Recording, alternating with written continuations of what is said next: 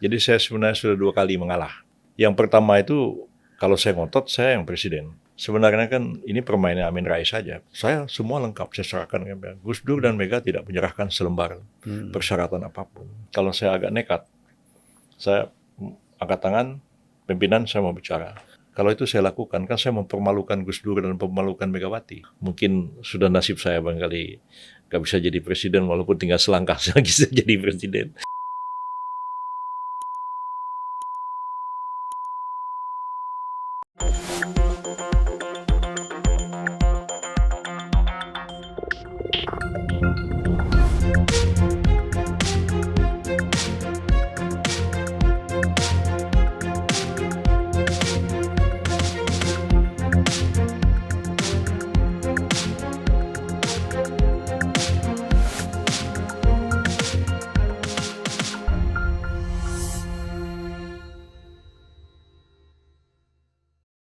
Assalamualaikum warahmatullahi wabarakatuh. Waalaikumsalam warahmatullahi wabarakatuh. Selamat datang Prof. Dr. Yusril Ihza Mahendra. Tapi biar tidak terlalu formal, saya panggil Bang Yusril. Memang lebih senior dari saya. Baik di organisasi ataupun usia sebagai aktivis lebih senior dari saya. Ini biar orang juga tahu, Prof. Yusril ini, Bang Yusril ini pernah menjadi ketua, bukan DM dulu apa? Majelis Permusyawaratan Mahasiswa, MPMUI. MPMUI, Ya. itu ya. Itu ketua dewannya siapa ya waktu itu? Lukman Hakim. Masih Ya? Lukman Hakim. Lukman Hakim, ketua, profesor juga itu Lukman sekarang ya. Lukman, ketua Dewan Mahasiswa. Ya. Bang Yusril ini sebagai ketua Majelis Permusyawaratan Mahasiswa. Jadi aktivis berat juga ini. Berat. Tapi hebat sekali. Aktifnya luar biasa, ya kan? Doktornya jadi, profesornya jadi ya. Setelah selesai studi, ini Bang Yusril langsung masuk dalam timnya Pak Murdiono waktu itu ya. Oh, belum juga. Belum ya? Saya waktu selesai studi jadi dosen cukup lama dan jadi asisten Profesor Osman Ralibi dan asisten Pak Ismail Suni almarhum. Ya. Baru setelah saya pulang dari Malaysia waktu itu tahun 92 saya ditarik ke Seknek pada waktu itu oleh Pak Murdiono. Ya, maksud saya itu. Oh ya. Kalau sebagai dosen Pak Osman Ralibi saya tahu, karena saya itu orang Aceh ya. Iya. Saya sering ke rumah beliau juga. Iya, betul. Ismail Suni juga orang Aceh. Iya, betul. Ya. Jadi kalau Bang Yusril ini dengan orang Aceh itu sudah cukup akrab. Cukup akrab dan intens ya. Nah, baru 92, 9 berapa itu gabung? 92. Gabung sama Pak Murdiono. Pak Murdiono ya. Jadi di lingkungan Seknek ya. Iya, betul. Seskap ya. Oh ya, Seknek waktu itu. Sekapnya Pak Sadila Mursyid waktu itu. Udah tukar ya, udah ganti. Udah dua. Pak Murdiono menjabat Mensesnek. Pak Sudarmono Wapres. Pak Sudarmono Wapres. Ya.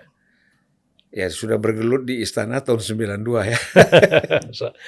Sampai Pak Harto berhenti ya 98. Masih terus Pak Habibie masih 98 sampai Pak Habibie masih di istana juga. Iya, betul. Supaya lebih gampang kita sebut istana lah ya.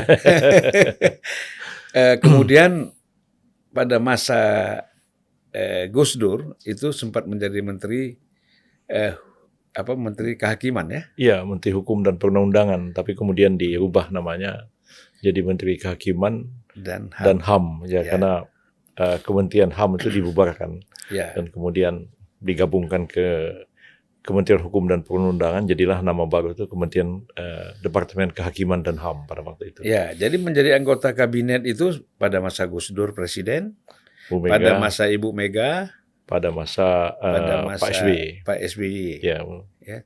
Jadi 3 presiden. Jadi 5 presiden ada di istana. Sebenarnya kalau sekarang tetap juga di istana karena saya lihat sering mundar-mandir ketemu Pak Jokowi juga sering ya. Dimintai pendapat apa karena. Ya. Jadi walaupun bukan orang istana. Begitu. Ya. Kan beda orang istana dengan orang yang memang ada di lingkungan istana itu berbeda ya. Kalau dulu orang istana, sekarang orang yang sering diundang minta pendapat lah. Itu ya. Jadi mewakili, boleh dibilang banyak yang diwakilkan ya. Apakah dilihat dari sudut intelektual muslimnya, dari ahli hukumnya, dari ketua umum PBB macam-macam ya. Nah, terakhir kan kalau kita lihat Bang Yusril keluar dari istana, lalu Sekjen Bulan Bintang menjabat wakil menteri Oh iya, tenaga kerja ya. tenaga kerjaan. Tenaga kerja. Saya terus terang aja, kalau mengundang Bang Yusril ini saya bingung mau tanya apa. Karena terlalu banyak yang dikuasai. Saya mulai dari mana? Ada pertanyaan-pertanyaan dari kawan-kawan, bisa coba tanya, kenapa Bang Yusril itu mendukung Prabowo? Kenapa PBB mendukung Prabowo? Apa manfaatnya? Apa akan mendapatkan koktel efek untuk PBB dengan mendukung Prabowo misalnya? Macam-macam hal seperti itu. Betul. Nah, saya sebenarnya tidak ingin bertanya, tapi banyak sekali WA yang masuk ke saya karena dia tahu saya mau ngundang Bang Yusril ya. Nah, mungkin sekilas sajalah Bang Yusril kasih penjelasan tentang itu. Iya, memang politik ini pilihan-pilihan begitu. Yeah. Termasuk juga pilihan kerjasama, pilihan melakukan koalisi, pilihan dukung-mendukung dalam pencalonan suatu jabatan. Dan sekali ini PBB memang lebih awal memutuskan akan bekerjasama dengan salah satu pihak ya sudah kita jajaki sebelumnya, kerjasama dengan PDIP, kerjasama dengan yang lain juga, tapi pada akhirnya kita melihat ada chemistry ketika kita berdiskusi panjang dengan Pak Prabowo. Mula-mula di Batu Sangkar pada waktu di Sumatera Barat. Kita bisa bicara sampai lebih 3,5 jam dan kita buka-bukaan apa yang menjadi ganjalan hubungan antara kita selama ini, karena beliau dengan saya itu sudah kenal lebih dari 40 tahun, dari sejak tahun 1980, tapi kok tiba-tiba menjadi renggang, dan itu ada masalah apa. Kita buka semua, lalu kemudian kita mencoba mencari satu jalan baru yang melupakan perbedaan di masa yang lalu, dan kita berpikir untuk ke depan. Dan itu bukan hanya beliau lakukan kepada saya, tapi juga kepada banyak orang, termasuk para jenderal yang dulu justru di Dewan Kehormatan Militer justru memeriksa Pak Prabowo dan merekomendasikan supaya Pak Prabowo itu diberhentikan tidak dengan hormat dari dinas militer. Dari dinas militer, Pak Agung Gumelar, Pak Bagio, Pak SBY, dan lain-lain. Dan beliau coba rekonsiliasi dengan semua, termasuk juga rekonsiliasi dengan Pak Jokowi sendiri yang sudah 2 kali menjadi lawan politiknya selama Pilpres, lalu kemudian mencoba rekonsiliasi dan beliau bersedia masuk ke dalam kabinet Pak Jokowi. Dan bagi saya pun waktu itu sempat tanda tanya, ada apa di balik semua ini begitu. Tiba-tiba terjadi satu perubahan sikap politik beliau terhadap Pak Jokowi dan itu beliau terangkan semua, sehingga cukup saya mengerti perbedaan-perbedaan, walau tidak selalu saya setuju, tapi saya bisa memahami jalan pikiran seseorang dan ada apa di balik semua itu. Lalu ketika berpikir ke depan, di antara kemungkinan-kemungkinan yang ada, kami melihat bahwa Pak Prabowo ini bisa diajak bersekutu dalam arti bekerja sama dan sifatnya itu saling menguntungkan secara proporsional. Dan saya kira itu menjadi pilihan rasional dalam satu kerjasama politik karena memang perbedaan ideologi saya kira sekarang ini antara Islam nasionalis itu sudah tidak terlalu tajam dibandingkan dengan tahun-tahun 50-an antara nasionalis Islam dan komunis itu tajam sekali perbedaannya, tapi masa sekarang saya kira antara Islam dan nasionalisme itu sudah tidak terlalu tajam perbedaannya. Jadi kita bisa berdiskusi terbuka, bisa membangun kerjasama, dan yang paling penting itu ada ketulusan, kejujuran, dan kemudian komitmen. Itu yang paling penting. Jadi kita berdiskusi di Batu Sangkar itu cukup lama, dan Pak Prabowo mengatakan, Pak Yusril, sekali ini saya mohon Pak Yusril bantu saya. Sebenarnya saya akan bantu. Tapi saya bantu Pak Prabowo, tapi Pak Prabowo juga mohon bantu kami juga. Jadi kami akan berupaya untuk Pak Prabowo berhasil menjadi presiden dalam pemilu 2024 akan datang. Tapi tolong juga kami juga disupport supaya kami bisa melampaui threshold 4%. Karena sekian kali pemilu, PBB ini tetap eksis di seluruh tanah air. Tapi sudah berapa kali pemilu terakhir ini sejak 2014 ya, PBB tidak punya wakil di DPR, dan itu bagaimana bisa saling membantu dalam segala hal lah. Dan Pak Prabowo mengatakan ya tentu kita harus saling bantu-membantu. Jadi dengan itulah sebenarnya kita membangun kerjasama ini. Dulu sebenarnya sudah pernah dikemukakan oleh Pak Sandi, kira-kira 10 tahun yang lalu. Ya. Jadi Pak Sandi datang ke rumah, katanya disuruh Pak Prabowo dan bicara minta dukungan. Saya bilang saya tentu akan mendukung, tapi tolong juga kita dibantu, sebab ini bukan dalam hal keagamaan murni, barangkali kita mengikhlaskan saling bantu-membantu, tapi ini politik, saya bilang. Politik ini mesti jelas hitung-hitungannya. Ya, jangan sampai nanti di belakang hari kita kecewa, kita apa segala macam lebih baik. Cuman pada waktu itu Pak Sandi tidak bisa menjelaskan apa yang dia bisa bantu.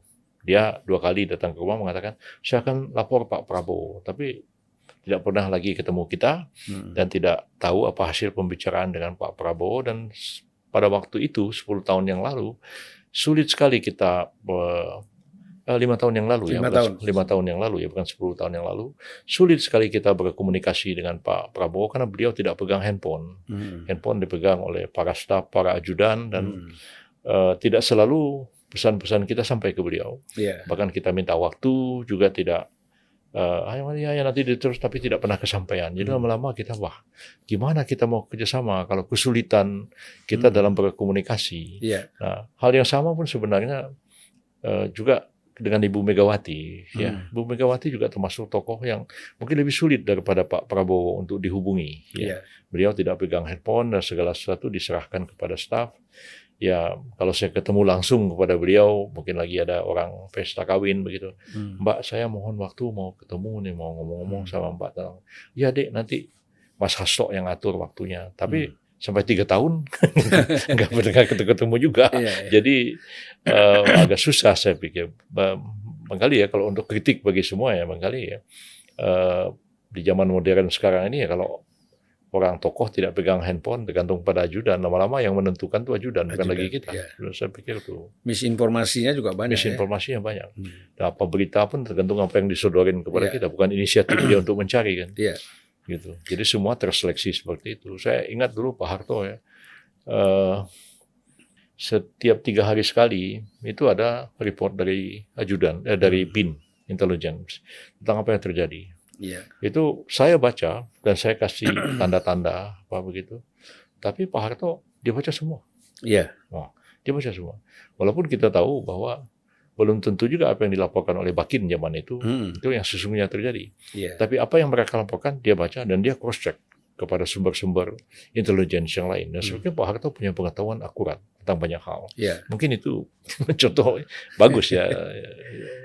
Ya kan kalau kita lihat tren ya, pemimpin-pemimpin dunia juga seperti Marcon, kemudian Obama misalnya waktu dia jadi presiden, itu kan handphonenya di tangan. Handphonenya di tangan. Bahkan ketika dia baru landing pesawat langsung dicari Facebook, Twitter kan, apa berita yang bisa. Bahkan sampai sekarang Mahathir seperti itu ya.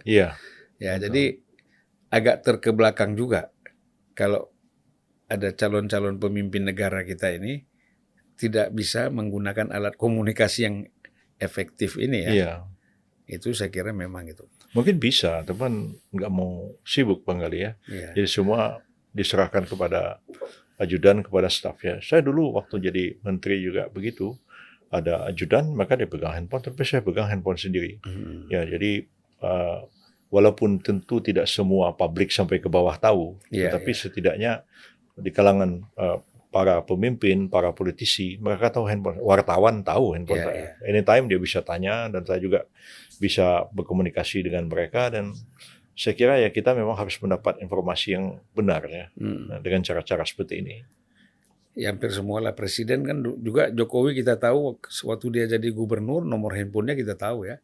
Betul. SBY juga begitu. Tapi begitu jadi presiden dipegang ajudan dia ganti nomor. Itu dia. Problem saya juga dengan Anwar Ibrahim begitu sekarang. Ya.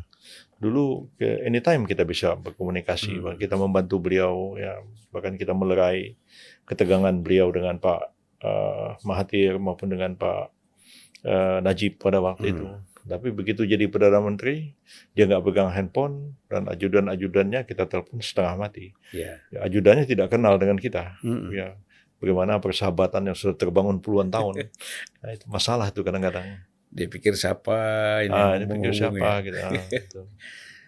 Ya, tapi begini, Bang Yusril ya, ini buat saya satu hal menjadi catatan penting. Orang sesibuk Bang Yusril, kita tahu bagaimana sibuknya dalam dunia hukum, dalam berbagai aspek ya. Ya. Persoalan, mulai dari persoalan sebagai lawyer, kemudian mengajar mungkin masih, studi tentang hukum masih tetap dijalankan ya, kemudian berhubungan dengan banyak pihak dalam dunia hukum dan politik. Nah, tetapi kan masih sempat mengurus satu partai.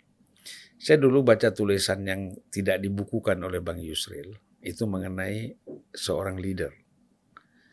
Leader itu, Bang Yusril itu menulis bahwa pertama dia harus menguasai ideologi, kemudian dia harus menguasai, harus organisatoris, Iya, ketiga dia harus propagandis. propagandis. Betul ya. nggak? Iya, betul. Itu kan tiga Bang Yusril tulis. Saya ingat itu. Iya. Ya. Saya ngajar anak-anak HMI seperti itu dulu. Stensilannya masih saya simpan itu. Oh iya. Masih saya simpan. Itu pegangan juga buat saya. Iya, betul. Nah, jadi Bang Yusril ya, apa teori-teori seperti ini bisa kita terapkan dalam situasi partai politik kita sekarang? Saya kira ya, apa yang saya tulis itu sebenarnya banyak diilhami oleh tokoh-tokoh menjelang Perang Dunia Kedua, Adolf Hitler, Mussolini, maupun di tokoh-tokoh di Barat, Roosevelt dan lain-lain begitu. Dan mereka ya tentu didasarkan pada situasi zaman itu ya, teknologi informasi belum secanggih sekarang ini, sehingga mereka memang harus berpikir sebagai seorang ideolog, sebagai seorang organisator dalam menyusun kekuatan, dan juga sebagai seorang komunikator atau propagandis pada waktu itu dengan pidato-pidato bisa meyakinkan publik seperti yang dilakukan oleh Adolf Hitler. Kita bisa membayangkan kalau Hitler itu hidup zaman sekarang ketika Twitter, Facebook, segala macam media sosial ada, ini kayak apa tuh otak manusia itu bisa dia cuci ya. Padahal zaman itu hanya dengan pidato-pidato. Dan saya pikir memang hal seperti ini tuh harus dimiliki oleh seseorang. Artinya ideolog tidak dalam arti merumuskan sebuah ideologi, tapi dia merefleksikan apa yang sebenarnya menjadi masalah-masalah mendasar yang dihadapi oleh bangsa ini, dan kemudian dia mensimplified ya, menyederhanakannya, dan kemudian merumuskan persoalan-persoalan itu dan mencari satu solusi yang paling tepat bagaimana mengatasi masalah ini. Tapi pemikiran-pemikiran seperti itu tentu tidak akan didengar oleh masyarakat kalau dia tidak mengkomunikasikannya. Makanya mengkomunikasikan itu penting, tulisan-tulisan itu tetap dibaca orang, atau sekarang ini dengan berbagai macam peralatan media yang kita miliki. Tapi yang juga tidak kalah pentingnya adalah mengorganisasikan segala sesuatu itu. Dan itu terkait dengan masalah manajemen, marketing, segala macam. Activating semua ya? Ya, tetap ada relevansinya dengan zaman sekarang. Dan saya kira sebenarnya bagi pemimpin kita ke depan, ya, saya agak terkagum ketika masuk ke ruangan Anda ini ada fotonya Tan Melaka, ada Syahrir, ada Natsir, ada Hatta, Bung Karno, yang pemikir-pemikir yang boleh dikatakan ulung dalam sejarah bangsa kita.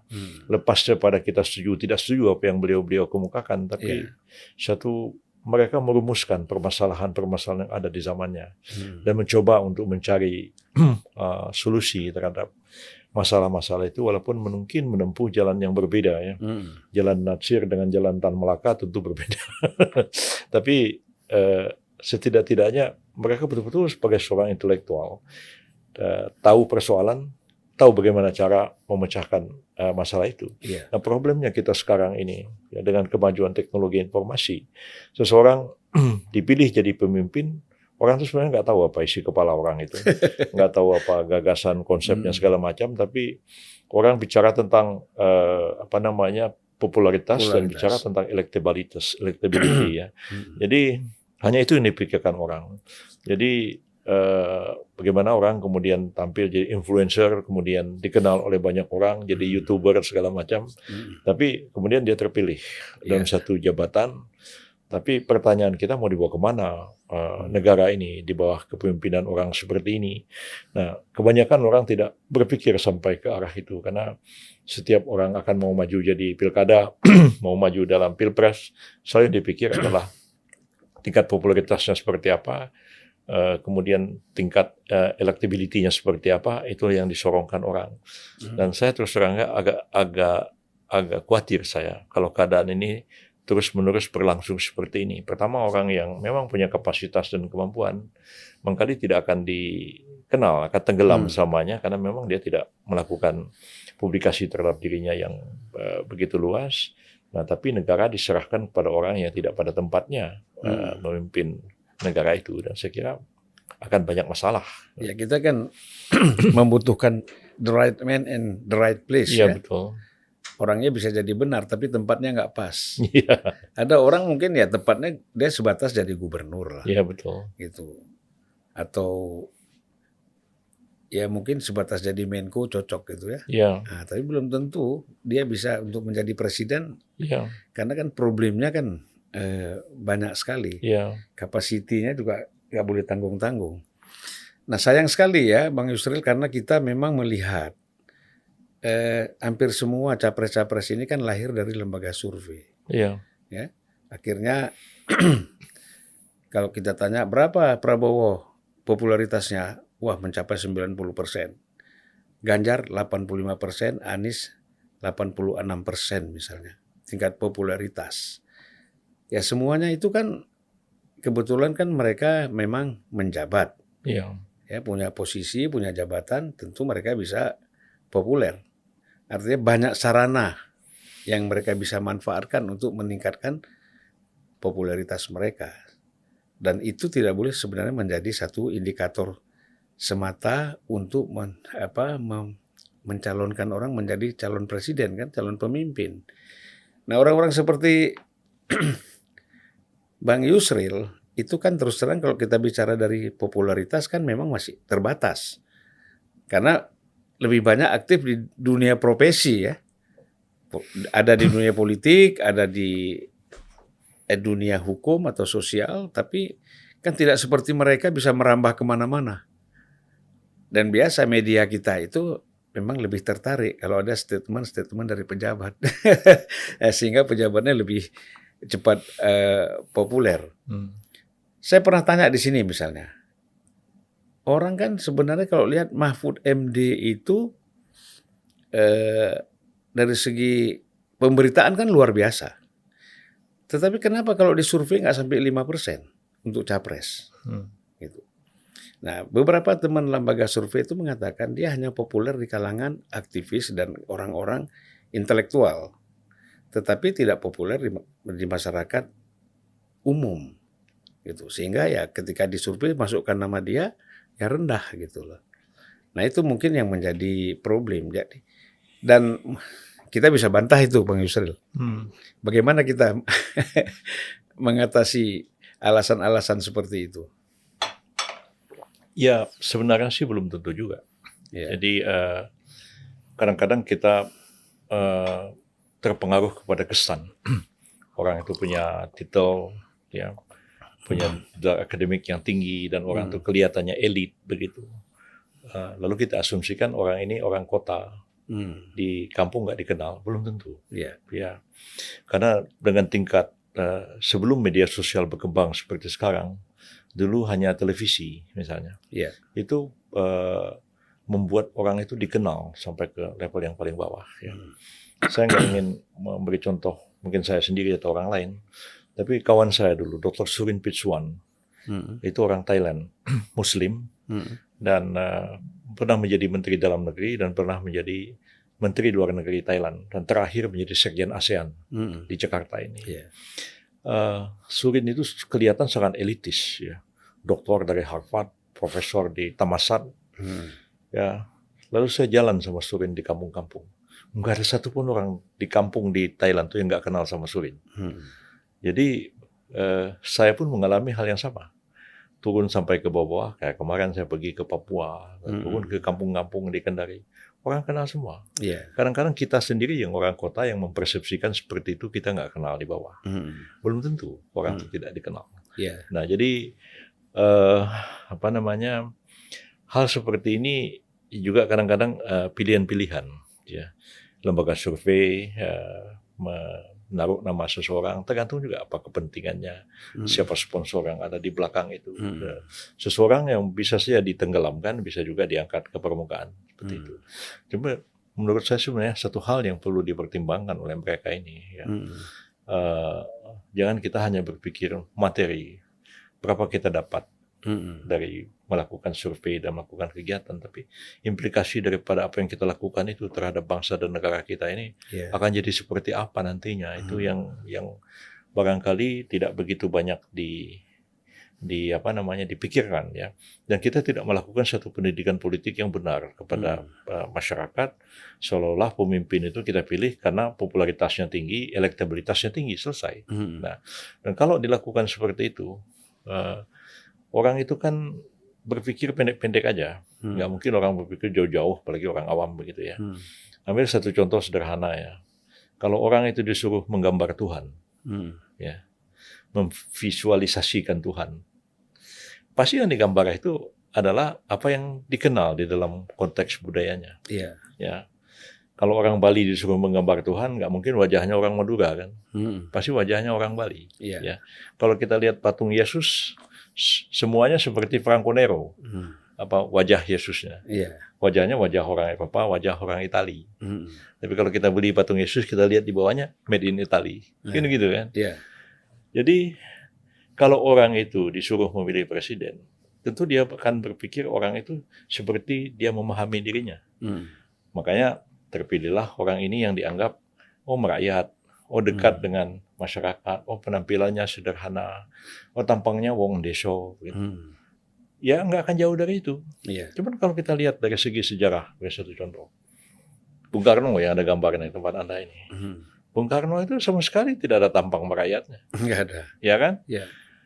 Zaman rakyat compang-camping, dia pakai dasi, pakai jas, begitu bagus, pakai peci, pakai kacamata mentereng, pakai mobil bagus, ya. Kelihatan sangat elitis.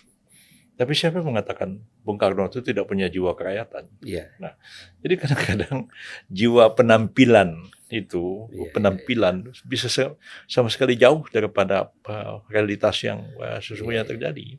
Tapi ya di masyarakat kita kadang-kadang penampilan itu penting, dan orang mudah sekali terpengaruh kepada hal-hal yang sederhana. Seperti Pak Jokowi pada awal menjadi sangat populer karena masuk gorong-gorong, kan begitu. Ya, tapi apakah memang betul dia keluar masuk gorong-gorong? Belum tentu. Itu di blow up begitu rupa sehingga dia melekat di hati rakyat, dan ketika orang memilih pemimpin, yang dia pilih itu orang yang tidak jauh gambarannya dengan dirinya sendiri. Jadi barangkali ada gambar Syahrir, ya. Kita agak sulit bisa memahami dalam konteks zaman sekarang, ya. Syahrir itu boleh dibilang orang yang sangat elit zaman awal kemerdekaan kita. Partainya PSI itu berkali kayak PBB sekarang, partai yang kecil begitu. Tapi berkali-kali dia jadi Perdana Menteri, dan boleh dikatakan intelektual yang cukup paham masalah-masalah kenegaraan kita, walaupun dia menempuh jalan yang agak berbeda dari militer, dia menempuh jalan diplomasi dan perundingan. Tapi siapa yang mengatakan bahwa Syahrir tidak memainkan satu peran penting dalam mempertahankan keberadaan negara Republik Indonesia ini? Jadi kalau zaman sekarang orang seperti Syahrir itu hidup, ya mungkin nasibnya seperti saya juga. Kalah di survei. Iya, kalah di survei. Kalah di survei. Jadi bisa kita bilang ini, kalau salah-salah lembaga survei ini, kalau kita bicara surga dan neraka ini bahaya nih. Karena kalau salah menyuguhkan orang kan korbannya terlalu besar, ya. Terlalu besar. Jadi memang objektivitas lah. Kembali lagi tadi seperti Bang Yusril mengatakan bahwa jangan berorientasi hanya konsumtif. Ya, jangan hanya sekedar kita mendapat bayaran berapa, tetapi kan idealisme harus punya.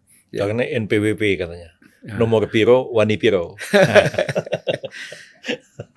Itu makanya kita lihat hampir lembaga survei itu kan hampir rata-rata hampir sama, ya. Iya. Hampir sama. Walaupun tergantung figur-figur di belakangnya ada yang masih menyimpan idealisme sedikit, Iya. ada sama sekali sudah lost gitu kan. Ya akhirnya begini, kita kan waktu zaman Pak SBY dulu 2004 kan nggak ada survei ya Pak. Iya, belum begitu banyak lah kayak Belum ada sekarang. survei. Artinya dia maju aja. Iya, Dia yakin bahwa kalau dia maju dia bisa menang kan. iya. Baru 2009 kita mulai pakai Survei-survei survei. ini. Apalagi mulai dengan pilkada langsung, pilpres langsung, udah tanpa jadi-jadi. Jadi saya juga melihat kemarin tuh pemilu Filipina yang terakhir ya, Iya. yang memilih anaknya Marcos menjadi Iya. presiden ya. Karena popularitas ya, saya ada 2 orang di Filipina tuh yang agak mengejutkan kita dalam pemilihan Senat Filipina. Satu orang Filipina tinggal di Los Angeles. Dia nggak pernah datang ke Filipina, hanya menjelang pemilu dia baru datang. Tapi dia main medsos terus dari luar negeri. Dan dia terpilih nomor 2, terbanyak. Yang nomor 1 itu bintang film terkenal, namanya Robin Padilla. Dan bintang terkenal yang film yang laga yang terkenal sekali. Dan terpilih tanpa kampanye. Terpilih nomor 1, suaranya paling besar di Filipina.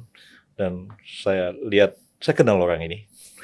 Ketika dia menyampaikan pidato di Istana Malacañang, dia mulai kata-kata Bismillahirrahmanirrahim, Alhamdulillahirabbil alamin. Baru dia ngomong pakai bahasa Tagalog. Jadi ini orang Muslim, ya, orang Muslim yang siapa tahu itu bisa-bisa jadi presiden dari Filipina nanti. Iya. Ya itu ya karena ya dunia sudah berubah. Jadi pernah juga petinju Pacquiao kan terpilih jadi senator di Filipina ya. Iya. Ya, jadi saya pikir akhirnya orang memilih yang populer begitu ya. Ya Duterte juga populer karena omongannya yang aneh-aneh begitu ya. Terpilih jadi presiden. Nah, terus sekarang orang setelah melihat sekian lama di bawah katakanlah semacam reformasi ya, presiden euforia terus menerus begini, orang Filipina tuh berpikir seperti sebagian orang Indonesia juga. Jadi sebagian kita kan lebih enakan zaman Pak Harto kan kata orang. Iya. Orang Filipina ada dream ya. Daripada begini terus, lebih enak zaman Marcos. Nah, begitu. Makanya anak Marcos terpilih. Menjadi presiden walaupun setahu saya anak Marcos sekarang ini tidak seperti bapaknya dulu. Dia lebih demokratis, lebih terbuka. Jadi saya tidak tahu, cuman kalau di sini itu terjadi ya anak Bung Karno sudah pernah dicoba kan jadi presiden. Ya anak Pak Harto ya belum ya repot juga kenapa jadi presiden. Tapi betul-betul saya berharap sebenarnya ke depan ini kita memang punya leadership yang kuat, demokratis begitu dan pemimpin yang cerdas sebenarnya yang mengerti persoalan-persoalan besar yang dihadapi oleh bangsa ini dan kemudian dia tahu bagaimana solusi memecahkan persoalan-persoalan ini. Jadi sebenarnya seorang pemimpin itu kan orang seperti intelektual begitu yang dia mampu melihat sesuatu yang tidak dilihat oleh orang lain sebenarnya. Jadi ya, dia tahu ini inti masalahnya, ini titik penyelesaiannya. Jadi akan sangat sulit negara kita ini karena berdasarkan popularity dan electability terpilih orang jadi presiden, dilantik oleh MPR, dia datang ke istana, dia bingung apa yang harus mau dikerjakan sebagai seorang presiden. Nah, dan tidak tahu itu, tidak tahu ini, dan itu perlu waktu bertahun-tahun untuk belajar menjadi seorang presiden. Sementara kerugiannya itu sangat besar bagi bangsa kita ini. Jadi Bang Yusril, artinya kan setelah dialog dengan Prabowo ya, kita ketemu di Sumatera Barat itu, kan sudah pasti kita tahulah orang seperti Bang Yusril bukan sekedar mendukung terus mendapatkan apa ini bisa jadi menteri atau apa kan bukan itu. Nah, apakah Bang Yusril melihat ada satu apakah sosok Prabowo ini, walaupun kita bilang tidak terlalu ideal ya, kita juga nggak bisa bicara ideal.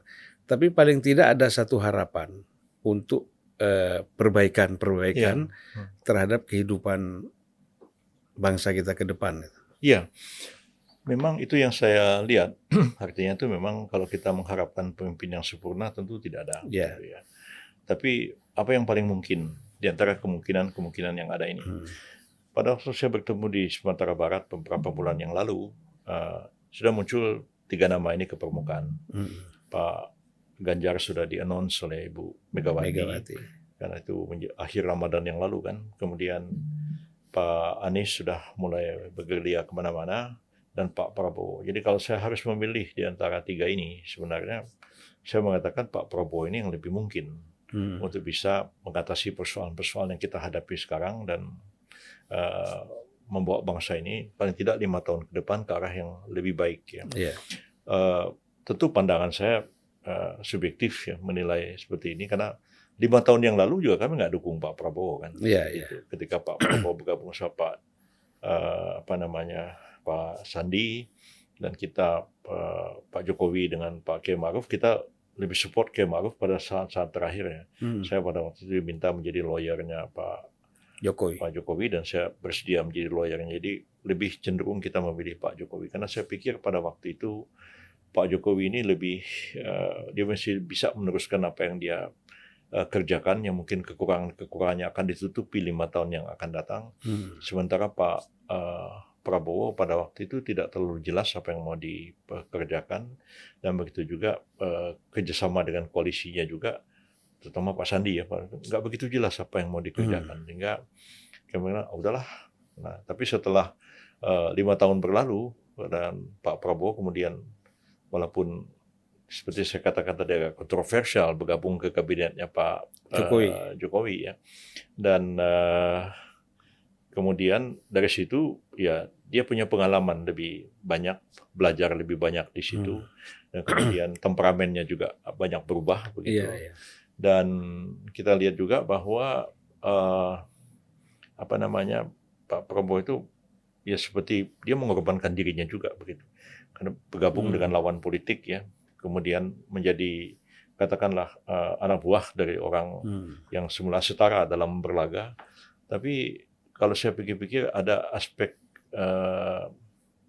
benarnya juga, oleh karena kalau beliau itu tidak bergabung, keterbelahan kita ini sebagai bangsa itu parah sekali ya, karena isu agama dimainkan sebegitu rupa pada waktu Pilpres 5 tahun yang lalu dengan ijtima ulama ya yang mendukung Prabowo Sandi, dengan ini sudah dalil-dalil agama semua yang dipakai. Neno Warisman sudah bikin puisi yang kalau Prabowo ini kalah ya Allah tidak ada lagi orang Tuhan akan menyembahmu, sampai jenazah aja mau dibawa ke masjid ditanya ini pendukung Jokowi atau pendukung Prabowo.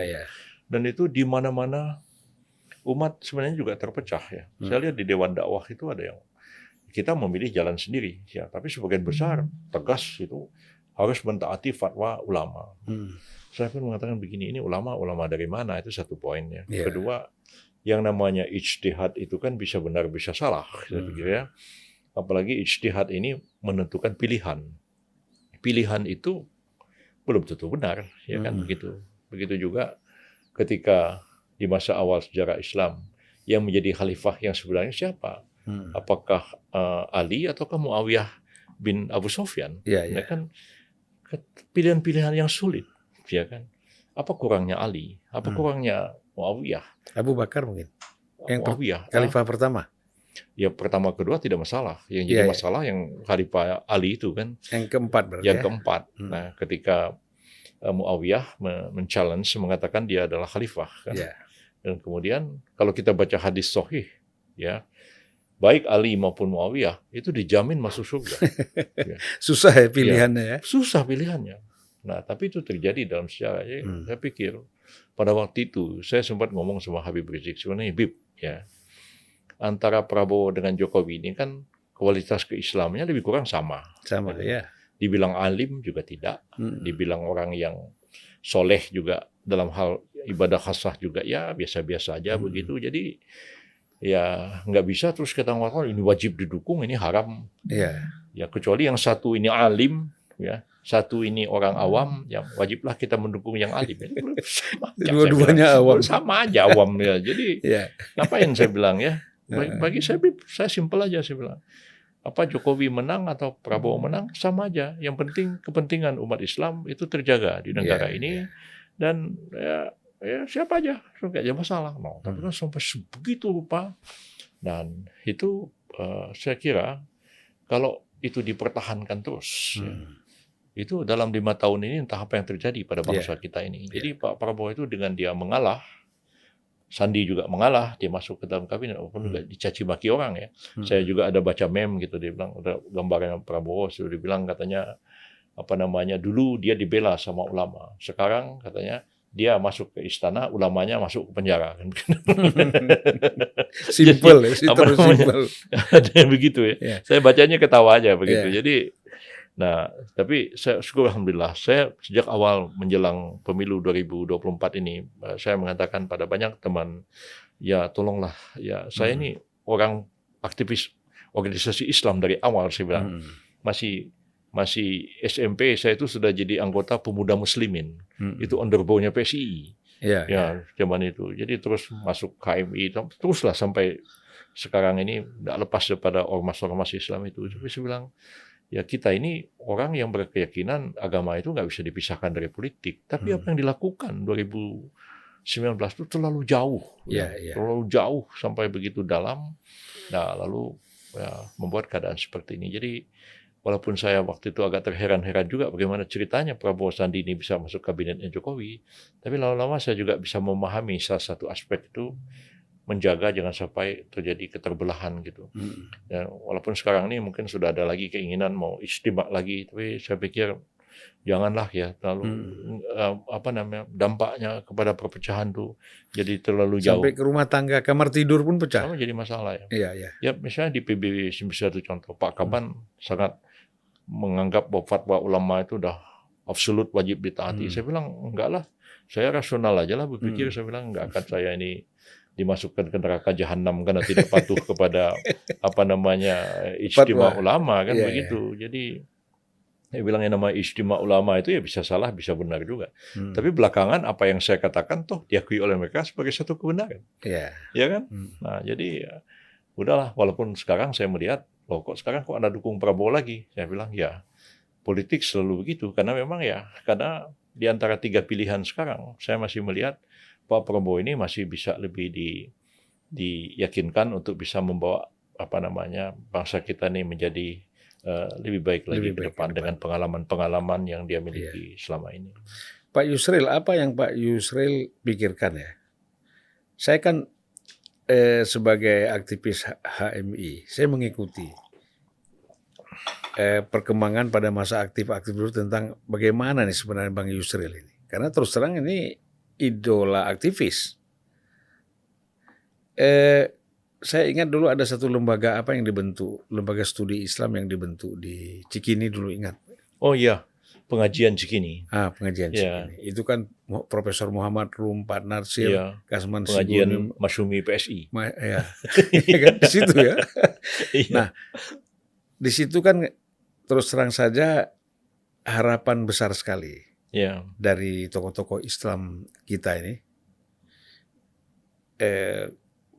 para pejuang kemerdekaan itu ya. Nah, itu kan harapannya besar sekali bahwa Bang Yusril inilah yang sangat representatif ke depan, itu bisa mereka harapkan untuk menggantikan posisi mereka. Tentu banyak, tapi yang paling menonjolkan Bang Yusril pada masa itu kan. Bahkan lembaga studi itu diserahkan kepada Bang Yusril sebenarnya ya.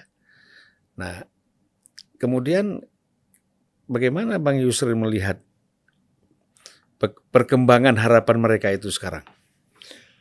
Ya, Pak Natsir itu selalu mengatakan kami ini adalah outgoing generation. Kalianlah yang akan meneruskan apa yang telah kita perbuat dan kita cita-citakan ke depan. Tidak beliau-beliau itu spesifik bicara tentang jabatan politik resmi. Ya. Sebenarnya seperti itu jugalah ketika mereka menerima pelajaran dari para senior Ahmad Sukati, Haji Agus Salim, dan Hawis Cokro Aminoto, yang Pak Natsir berguru kepada orang-orang ini pada zaman itu. Dan jadi mereka sebenarnya menyediakan kader-kader.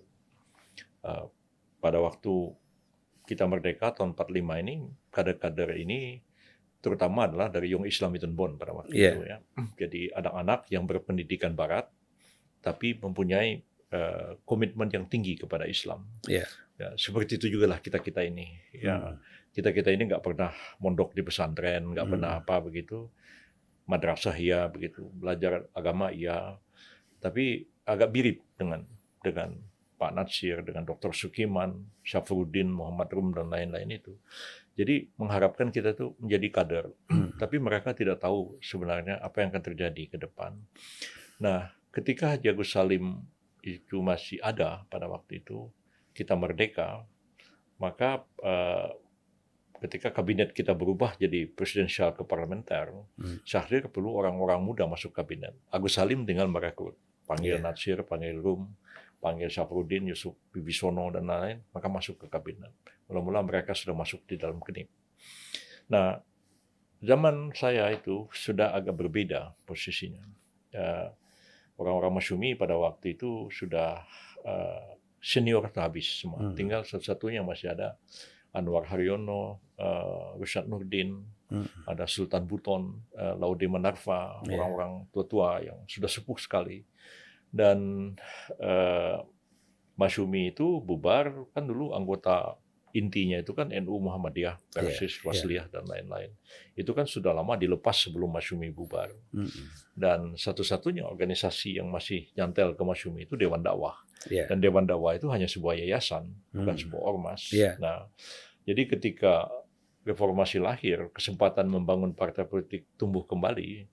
Nah, Muhammadiyah kemudian punya link dengan PAN, NU dengan PKB. Nah, segera itu disambut ke bawah. Nah, ex-Masyumi yang membentuk PBB pada waktu itu, dia nggak punya akar ke bawah. Dewan Dakwah hanya sebuah yayasan.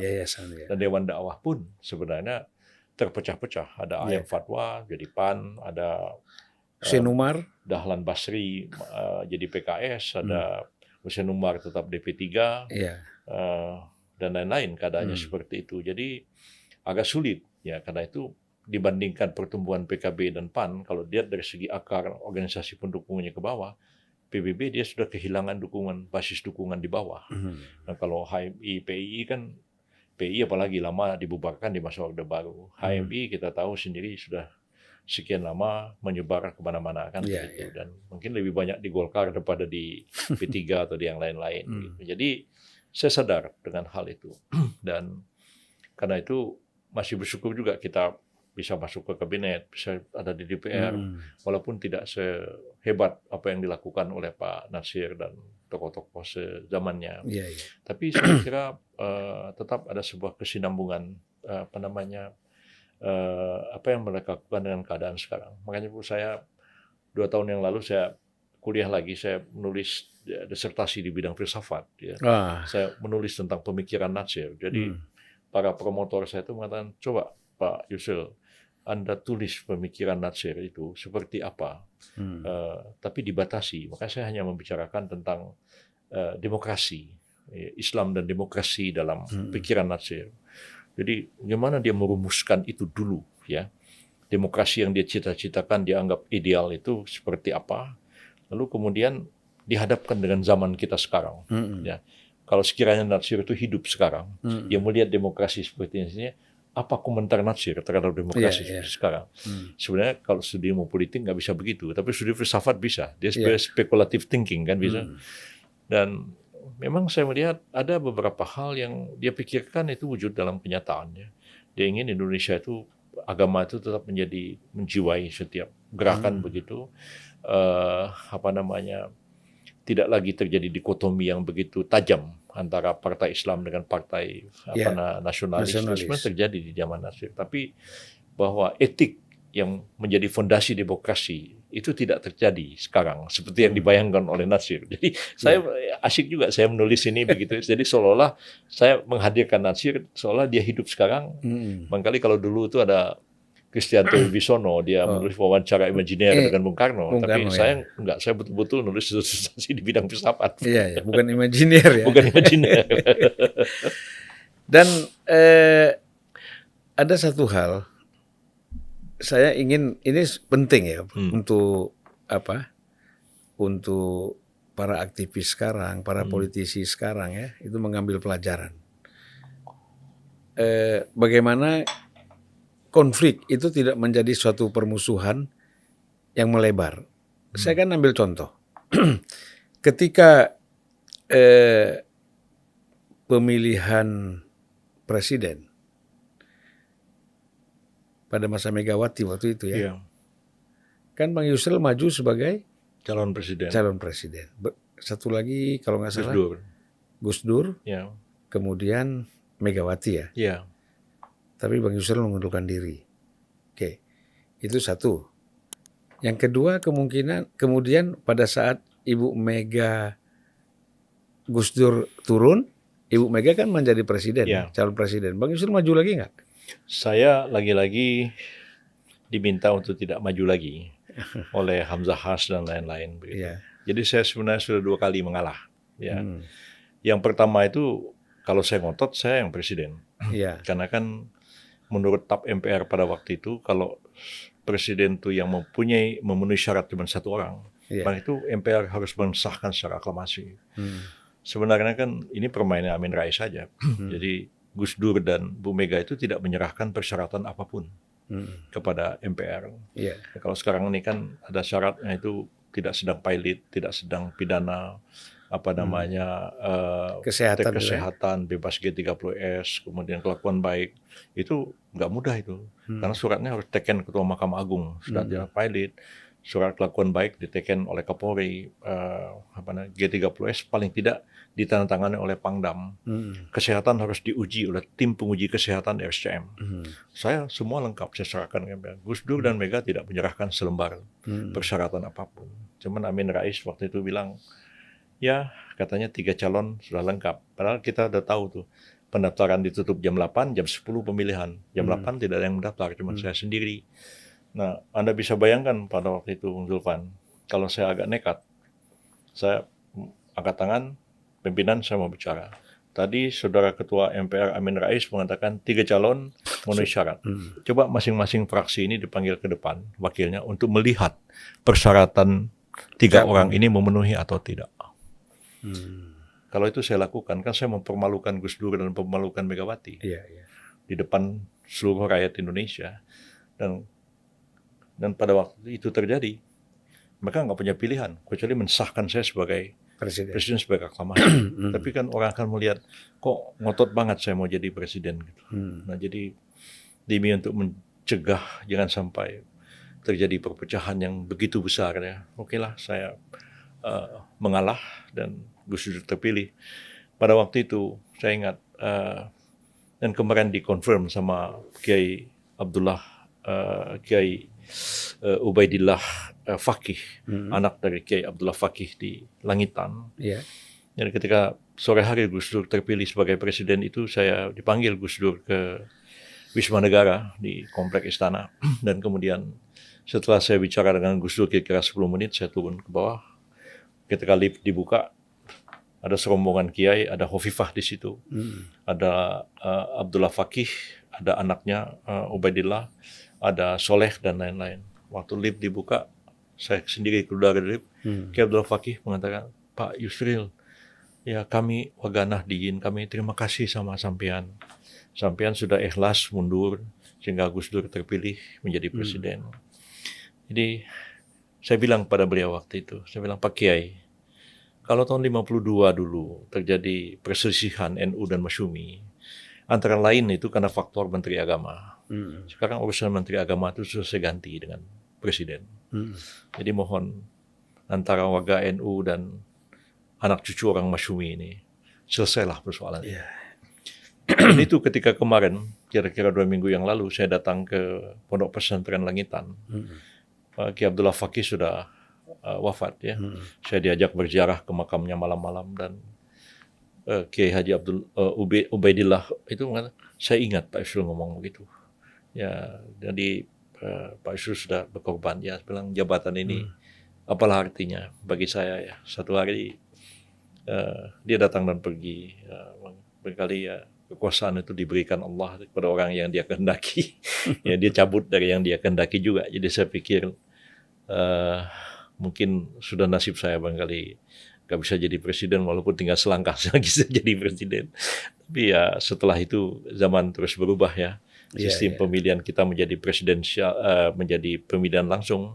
Dan betul yang tadi Pak Zulfan katakan bahwa ketika Gus Dur jatuh, kemudian Bu Mega menjadi presiden, saya didatangi oleh banyak orang, ya termasuk saudara Lukman Hakim yang masih ada sekarang yang menulis banyak buku ya, dan datang ke rumah saya dan meminta dengan sangat supaya saya tidak maju, dan mereka ingin supaya Pak Hamzah Has menjadi wakil presiden. Dan Pak Taufik Kemas juga sempat menelpon saya tentang hal itu dan meyakinkan saya supaya saya tidak maju. Pada akhirnya saya dibawa oleh teman-teman itu dihadapkan kepada Pak Hamzah Has di Hotel Sultan sekarang ini, Hotel Hilton. Ya, dan Pak Hamzah bicara dengan saya dan minta tolong supaya saya jangan maju karena akan memecah suara lagi. Jadi saya bilang, saya ini selalu diminta untuk mengalah. Jadi saya pikir ya sudahlah. Walaupun sekarang ini juga disebut-sebut juga mungkin saya salah satu seorang yang didukung ya untuk di Pak Prabowo ini, disebut-sebutlah nama Pak Erick Thohir, disebut nama Pak Erlangga Hartarto, disebut nama saya juga. Pada akhirnya kita serahkan kepada Pak Prabowo siapa yang dia pilih, ya apa yang menurut pikiran beliau paling pas untuk mendampingi beliau, ya. Dan saya belum tahu juga apakah bisa memenangkan pertarungan Pilpres tahun 2024 yang akan datang. Tapi bagi saya sebenarnya, kalaupun karir saya itu berhenti sampai di sini, saya pikir ya sudahlah, saya terima dan saya syukuri aja. Jadi kalau saya banding dengan orang tua saya, mohon maaf, ya, kedua-duanya sudah almarhum. Ibu saya itu SD aja nggak tamat sekolah. Ya. Kalau saya sampai sekolah, sampai jadi doktor, sampai jadi guru besar, artinya itu sudah sesuatu yang luar biasa ya. Bapak saya sekolah itu HBS, jadi singkat kayak SMA begitu di zaman sekarang ya, di zaman Belanda. Tapi bapak saya gagal ketika masuk kuliah, mau kuliah ya. Saya lolos kuliah. Dan bapak saya sangat senang ketika saya jadi sarjana hukum, karena dia memang ingin jadi Master in Rechten pada waktu itu, tapi dia gagal karena keburu datang Jepang, jadi nggak bisa melanjutkan sekolah lagi. Jadi saya pikir ya, bapak saya pun paling tinggi hanya jadi hakim pengadilan agama, ya, dan jadi mengurusi kantor agama sekian lama, walaupun dia pendidikannya itu SMA zaman Belanda kan cukup tinggi sebenarnya, tapi dia lebih suka ngurusin masalah-masalah agama begitu. Jadi saya pikir mungkin saya sudah lebih baik daripada kedua orang tua saya, tapi ya, mungkin nanti anak cucu saya ke depan barangkali akan bisa lebih tinggi, hebat lagi. Bisa meneruskan lagi. Katanya itu orang tua yang sukses itu bisa melahirkan anak yang lebih sukses dari dia. Ya, saya kira ya. Gitu. Jadi orang tua Bang Yusril itu jelas sudah sukses. Ya mungkin tidak dari segi ilmu, tapi dari segi doa mereka ya. Iya betul. Ibadah mereka itu paling penting. Ada pertanyaan ya? Ya, ada pertanyaan dari Coba, ini kita ada komunikasi dengan silakan. netizen. Apa pertanyaannya? Pertanyaan dari Sahrul, ya. Bagaimana analisa Prof. Yusril Iza Mahendra mengenai kemungkinan hanya 2 pasangan calon pada Pilpres 2024? Iya, saya melihat ya, sekarang ini muncul 3 nama. Artinya akan ada 3 pasangan. Beberapa hari yang lalu memang ada wacana Prabowo dengan Ganjar ini bersatu. Tapi saya dari awal mengatakan sulit untuk mewujudkan itu. Dan jam 6 sore 2 hari yang lalu Pak Sekjen PDIP Pak Hasto mengatakan itu selesai. Karena sebentar lagi Bu Mega akan mengumumkan siapa calon presidennya, wakil presidennya Pak Ganjar.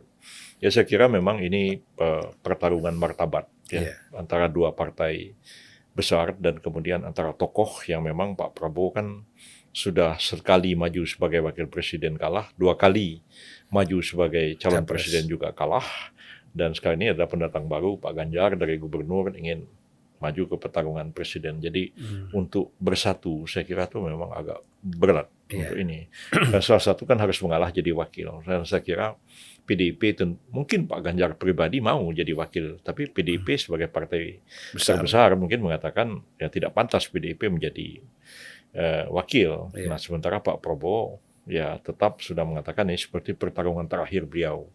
Jadi kemungkinan 3 pasangan, tapi saya tidak tahu pasangan Pak Anies dengan Pak Muhaimin ini apakah akan terus langgeng sampai ke pendaftaran nanti atau juga bubar di tengah jalan. Ya, karena bisa aja ada keinginan supaya menghendaki hanya ada 2 pasangan calon. Tapi kalau saya analisis dari segi kepentingannya Pak Prabowo, 2 pasangan maupun 3 pasangan dia tetap berada pada posisi yang diuntungkan.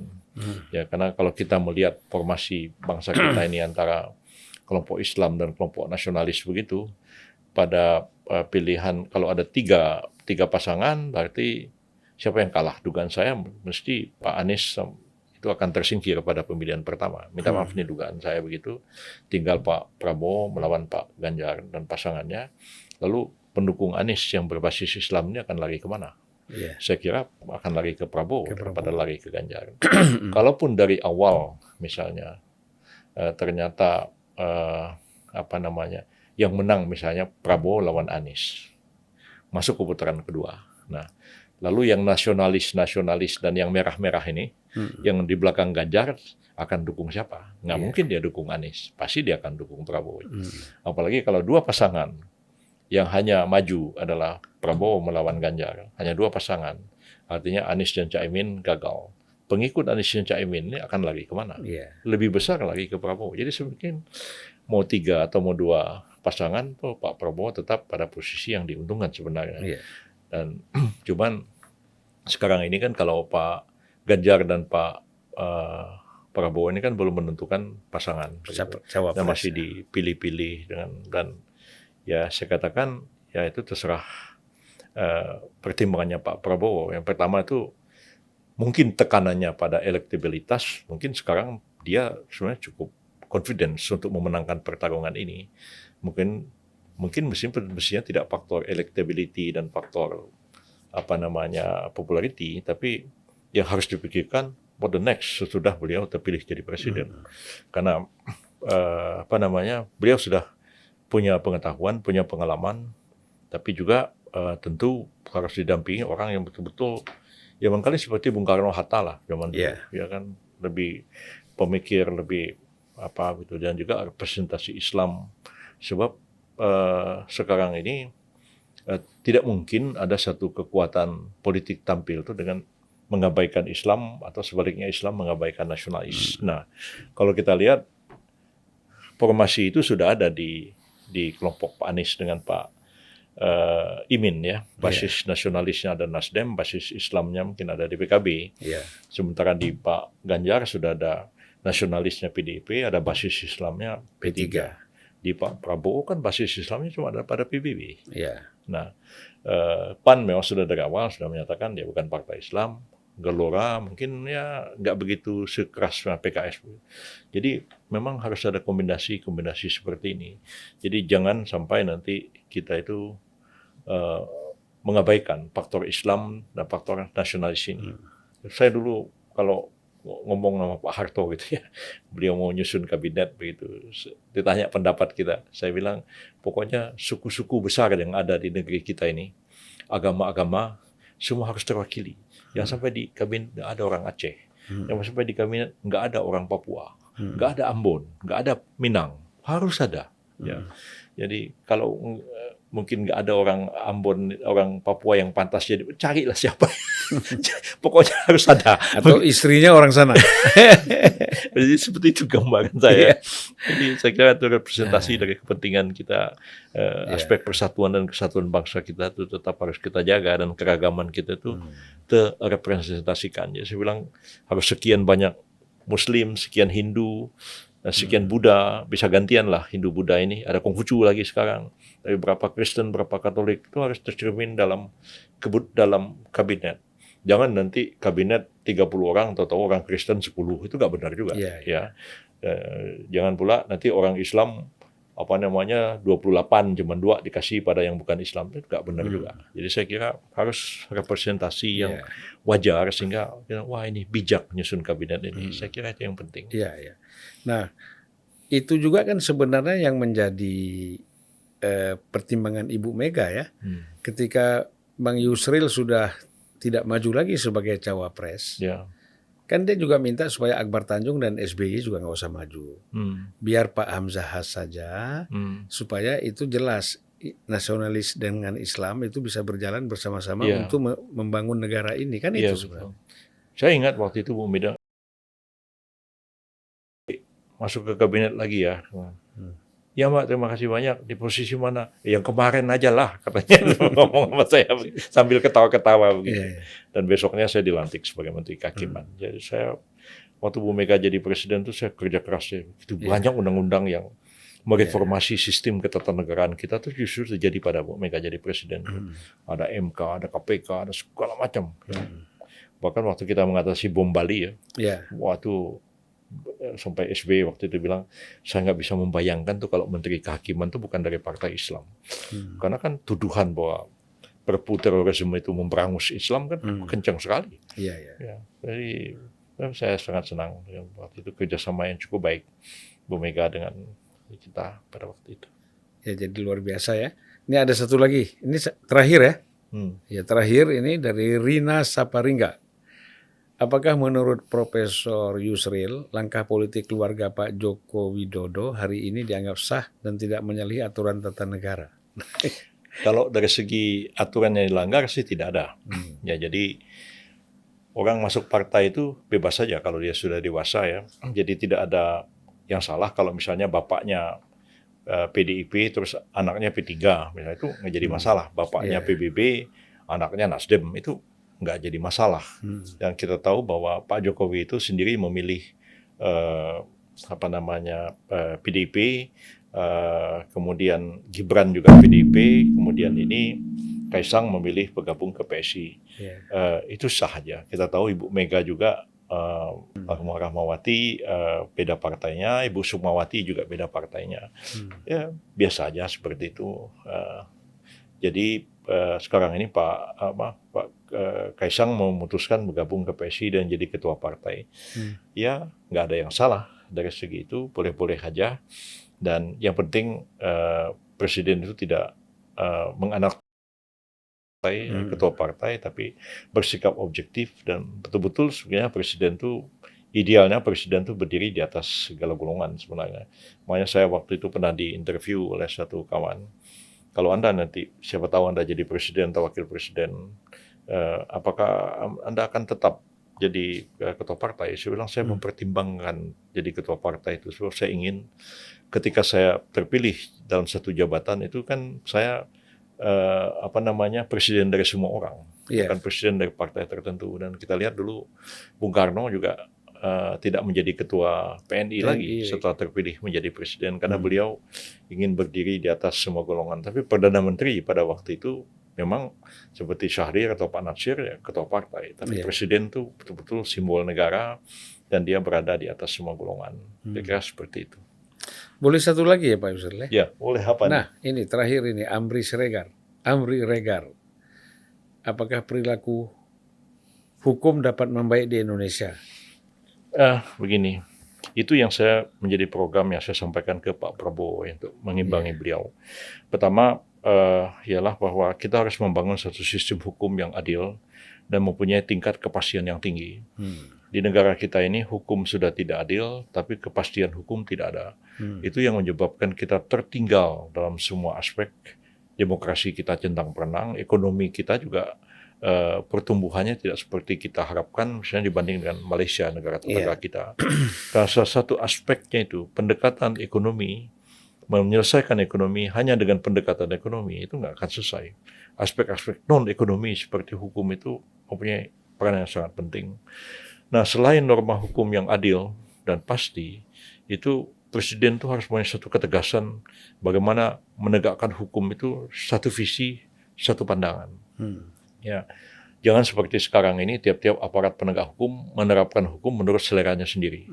Kejaksaan lain, KPK lain, polisi lain lagi, putusan pengadilan juga tabrakan satu dengan yang lain. Saya kira tertib hukum itu penting. Dan tertib hukum itu juga sekaligus menjadi jiwa tertibnya masyarakat kita dan kemudian berjalannya demokrasi itu secara normal di tengah-tengah masyarakat kita ini. Saya kira memang siapapun jadi presiden yang akan datang ini layak untuk mempertimbangkan aspek hukum ini. Nah, saya melihat Pak Prabowo beberapa kali memaparkan program kerja beliau dan saya mengatakan Pak Prabowo ada yang kurang. Bapak tidak memperhatikan aspek hukum. Saya orang hukum, saya paham bahwa masalah hukum itu menjadi sangat penting bagi ke pertumbuhan ekonomi dan kemajuan sebuah negara. Siapa mau investasi kalau kepastian hukum tidak ada, kan begitu. Ya sekarang ini orang bikin perusahaan misalnya, sudah jadi perusahaannya, didaftar di Kumham. Begitu perusahaannya itu berkembang pesat, ya tiba-tiba ada rups jadi-jadian. Notaris kemudian mensahkan rups itu, terus secara elektronis tiba-tiba perusahaan itu sudah berganti para pemegang sahamnya. Ya, kalau seperti itu siapa yang mau bisnis investasi di sini? Nah, kita punya sertifikat rumah tanah kita. Sudah 30 tahun yang lalu kita punya. Tiba-tiba dibatalkan oleh BPN dengan dalih bahwa dulu waktu nyusunnya ini ada cacat prosedur. Nah, kita kan nggak tahu. Kita kan mohon. Kita mohon kan ditanya, diminta apa syaratnya. Ini kita sudah penuhi. Kan kita masih ada yang kurang, Pak. Enggak, Pak, sudah cukup. Dikeluarkan sertifikatnya. 30 tahun kemudian katanya ada cacat hukum, dibatalkan sepihak. Tak tahu sertifikat kita, rumah kita sudah berganti dengan sertifikat baru atas nama orang lain. Saya ngeri tinggal di negara ini kalau tidak ada keputusan hukum seperti ini. Padahal mestinya kalau sertifikat itu sudah diterbitkan 5 tahun, ya sertifikat itu tidak boleh dibatalkan oleh siapapun kecuali atas putusan pengadilan. Itu fair, ya. Kalau dibilang cacat hukum, yang bikin cacat hukum siapa? Saya yang mohon atau BPN yang salah? Ya kan? Kalau ada tumpang tindih, kenapa saya jadi tumpang tindih? Biar pengadilan yang putuskan siapa yang berhak atas hal ini. Dan negara kita ini hampir tidak ada kepastian hukum dan membuat investasi juga sulit untuk berjalan. Pertanyaan orang kepada IKN, ya. Jadi saya diminta oleh Pak Presiden Jokowi untuk membantu IKN ini menangani aspek-aspek hukumnya. Jadi kalau saya baca undang-undang IKN itu sendiri, ya, isinya itu nabrak peraturan-peraturan yang lain. Misalnya tentang pertanahan, ya kan. Di situ begini. Ya, semua nabrak undang-undang agraria. Jadi mestinya tuh ada penyelesaian terlebih dahulu terhadap norma hukum. Jadi setiap orang yang saya temui dan bertanya untuk investasi di IKN, saya bertanya dua hal. Kepastian politik dan kepastian hukum. Ya. Kepastian politiknya begini, kalau Pak Jokowi nggak jadi presiden, apa ada jaminan presiden baru akan meneruskan proyek IKN ini? Satu. Yang kedua, gimana kepastian hukumnya? Nanti kita bangun hotel, bangun apartemen, bangun apa-apa, tiba-tiba tanahnya diklaim sama orang Dayak. Jadi persoalan serius ini. Apalagi kalau kita lihat ya, tambang misalnya di Kalimantan, itu satu tambang atau tumpang tindih, apa segala macam, dibawa ke pengadilan, dibatalkan, muncul lagi. Akhirnya tambang sampai 30 tahun nggak bisa beroperasi, alangkah ruginya negara. Alangkah ruginya royalti pajak tidak dapat, tenaga kerja nggak bisa bekerja, karena sengketa yang tidak pernah terselesaikan. Akhirnya yang menang yang preman. Yang menang preman. Nggak pakai hukum lagi. Nggak pakai hukum lagi. Baik, Bang Yusril, kita 1 jam lebih. Mungkin terakhir saya kasih kesempatan untuk closing statement. Barangkali ada yang mau Ya, disampaikan. Pak, saya terima kasih sedang diajak bincang-bincang pada sore hari ini. Ajakan saya kepada segenap generasi muda untuk berpikir serius ya terhadap persoalan-persoalan besar yang dihadapi oleh bangsa ini. Saya mengerti anak-anak muda mikirin diri sendiri aja udah capek gitu, apalagi harus mikirin yang lebih besar. Tapi paling tidak mempersiapkan dirinya menghadapi tantangan yang makin hari makin beragam, kemampuan teknis dan profesionalisme makin dituntut, yang bisa menyebabkan kita tersingkir berhadapan dengan sesama kita di dalam negeri, apalagi dihadapkan kepada negara-negara lain ya. Walaupun kalau kita lihat dari perspektif ekonomi sebenarnya dengan asumsi kalau pertumbuhan ekonomi kita itu konstan 6% minimal setiap tahun, itu dalam jangka waktu 22 tahun sampai dengan tahun 2045 kita betul-betul masuk ke negara maju sebenarnya. Pada waktu itu pendapatan kita sudah di atas 30.000 US dollar per kapita.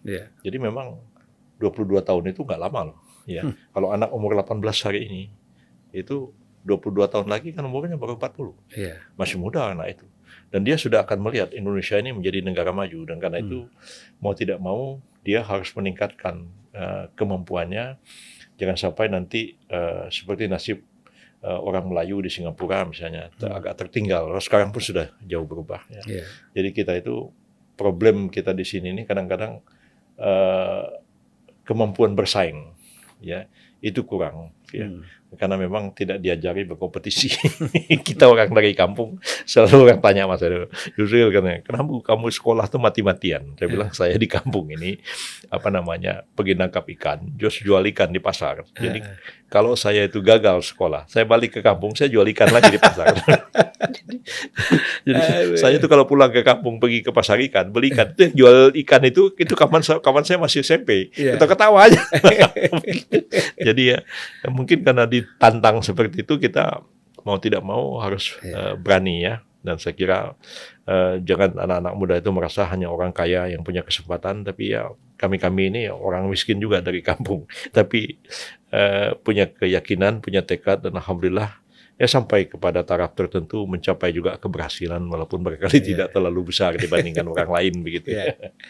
Ya, jadi pada kawan-kawan viewer kita ya, yang mereka semuanya yang menonton YouTube, para penonton ini bisa menangkap bahwa memang kita ngobrol sama Bang Yusril ini tidak banyak bicara soal politik praktisnya, tapi lebih banyak pada aspek pencerahan sebenarnya. Ya, itu penting sekali karena pencerahan ini bisa mengatasi problem-problem tadi, polarisasi, konflik, semuanya perbedaan-perbedaan yang tajam itu bisa diatasi ya Bang Yusril.